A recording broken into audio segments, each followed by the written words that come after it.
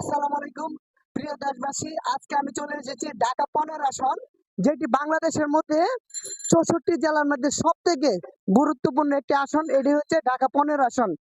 তার কারণ ঢাকা 15 আসনে আপনার জামাতের আমির ডক্টর শফিকুর রহমান তিনি নির্বাচন করতেছেন এবং তার প্রতিদ্বন্দ্বী হিসাবে আছে বাংলাদেশের জাতীয়তাবাদী দল বিএনপির শফিকুল ইসলাম খান মিন্টন ভাই।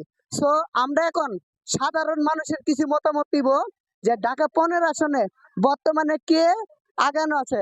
তো আমি একজনকে খুঁজে নিই। ভাই আসেন, আপনার সাথে একটু কথা বলি, আসেন।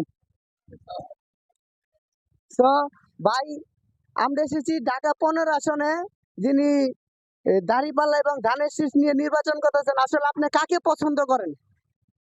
আমি কাকে পছন্দ করি আসলে বাংলাদেশের দল হলো একমাত্র হলো বাংলাদেশ জাতীয়তাবাদী দল।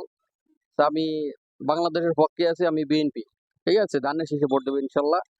তা আমি মনে করি আমার ইয়েতে আমার সবাই একমত হবে, ধানের শীষ, সবাই ধানের শীষে ভোট দেবে।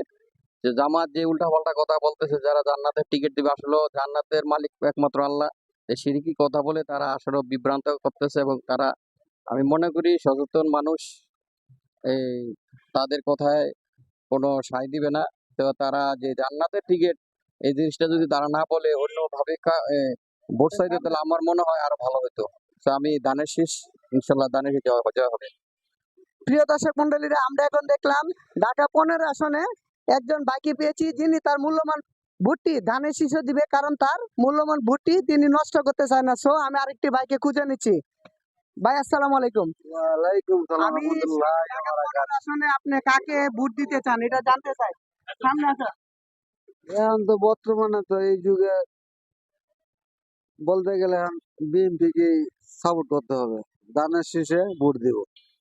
ইনশাল্লাহ আমি দুইজনের মতামত নিয়েছি, তারা অবশ্যই ঢাকা 15 আসনে শফিকুল ইসলাম খান মিন্টন ভাইকে তারা ভোট দিবে ধানের শীষ মার্কায়। তো আমরা কি দেখলাম, ঢাকা 15 আসনে ধানের শীষই বর্তমানে আগানো আছে।